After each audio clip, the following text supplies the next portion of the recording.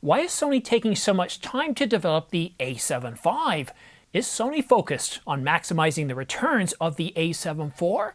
Or are they waiting for the right time to deliver a major innovation to the A7 line? Click subscribe and we'll get right to it. It means more to us than nailing focus at f1.2 on a cold, dark, snowy, low-lit part of the forest.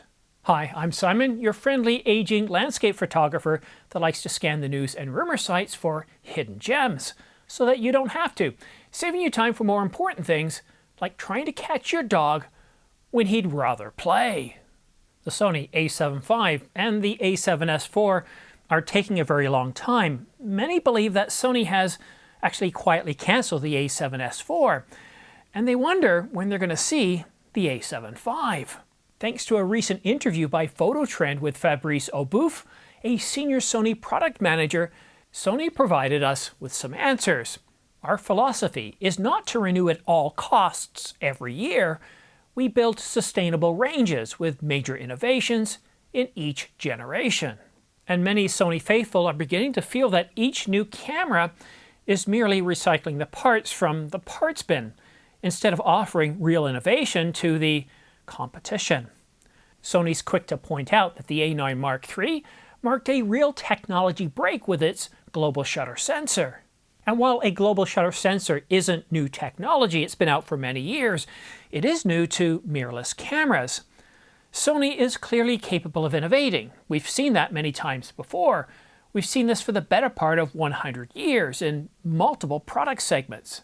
But when we look at most of Sony's offerings in terms of mirrorless cameras since the announcement of the A7S III, well, we haven't seen much change to the capabilities over previous generations. Sure, a global shutter sensor is a big deal. It's game-changing. And they beat Canon to the punch. And having a dedicated AI chip is also helpful. But every camera after the A7S III below around $4,000 doesn't seem to introduce new capabilities. Just a trickle down of what we saw in the A7S III, with some minor changes or the removal of some capabilities as we drop in price point. Our stars remain the A7 IV and the A7 III. Even if they aren't the newest, they still sell extremely well. And there, folks, and there lies the key point. As long as existing mirrorless cameras sell well, like the A7 IV and the A7S III, and compete well against the competition, there's no need to introduce a refresh. And even the A7S III was delayed, in Sony's words, because the competition hadn't caught up to warrant a refresh. This is a current Sony tactic. When current models are selling and selling well, there's no commercial panic to rush out a refresh. Since opening the E-mount in 2010, Sony's philosophy has been to offer maximum freedom. More choice enriches the E-mount. It's an opportunity, not a threat. And this statement? Well, if you notice carefully, it's a bit of an attack on Canon and Nikon, who limit access to third-party lens makers. And while Canon has finally opened up access to the RF mount, access is limited to the APS-C mount, and only to two vendors, Tamron and Sigma. No wide-open acceptance, no full-frame cameras being made by third-party lens makers. Whereas Sony, you have a lot more options. Enough ranting about Canon and their choices with the RF mount. Going back to the Sony A7 V and the A7S IV. If Sony is looking at introducing major innovation, where will it happen?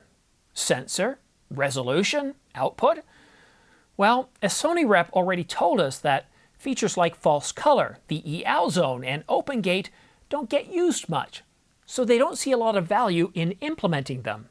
And in this recent interview by PhotoTrend, Sony confirmed, we're not going after 6K open gate. And what's interesting about that first comment is Sony doesn't have those capabilities in their cameras to be able to determine if they're actually getting used, because if they're not there, well, obviously they're not getting used. It's a little bit strange. Anyhow, Sony did say that their focus is on reliability and workflow consistency more than on a race for specifications. For improvements to the Sony A7 V or the next A7S IV, that hints at sturdier pipelines, fewer gotchas rather than headline bragging rights. although their sales figure could be one of those bragging rights. The trend towards materially faster readout speeds that crush rolling shutter and enable cleaner electronic shutter performance is, well, a given. Autofocus will be more confident, tracking through occlusion and chaos with an update to the firmware and AI processing chip.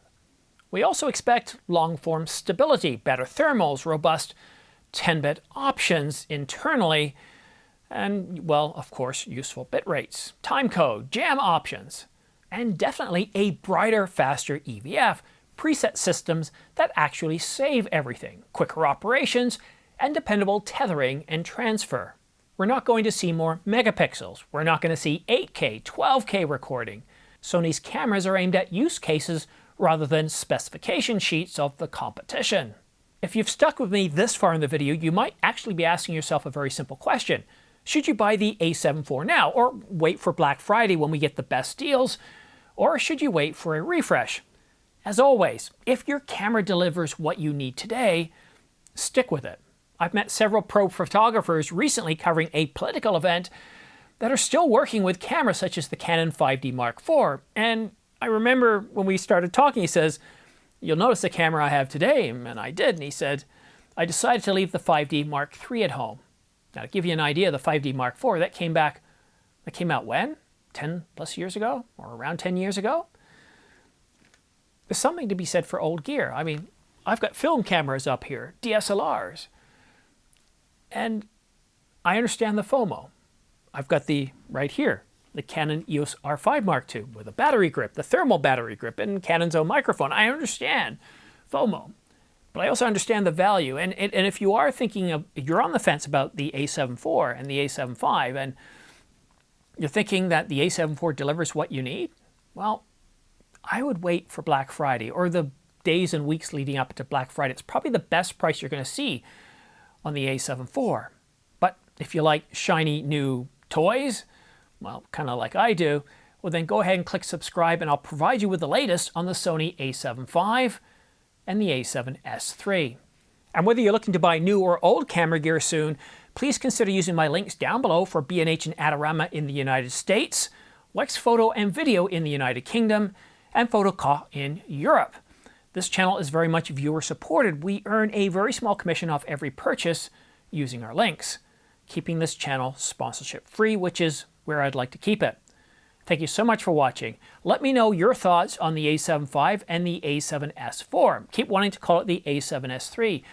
I'm really looking forward to seeing what Sony does and what their major changes are going to be. I tend to agree with Sony. We don't need to keep pushing resolution. We don't need to keep pushing when it comes to video. We don't need to go 8K, 12K. It starts to get a little bit silly. What we need as photographers and videographers is ways of improving our workflow, making life easier, improving detail, improving low light performance, the things that the cameras already do. But that's it for this video. Thank you so much for watching. Have yourself a great day, and we'll see you again soon. Most likely, pretty soon. Things are starting to heat up. And just a reminder that Profusion, a photo-video trade show that also does cinema, is coming up on November the 6th and 7th here in Toronto. And it's, well, free. And as somebody who lives on the edge of the city, I'm shocked at anything that's free, especially something to this degree. It really does offer you pretty much everything. All the majors are there. Sony has a great booth. Canon has a great booth. I saw Red there, although they're not Red anymore, Nikon. But you get to see a lot of cinema cameras, a lot of cinema lenses, regular lenses, and accessories.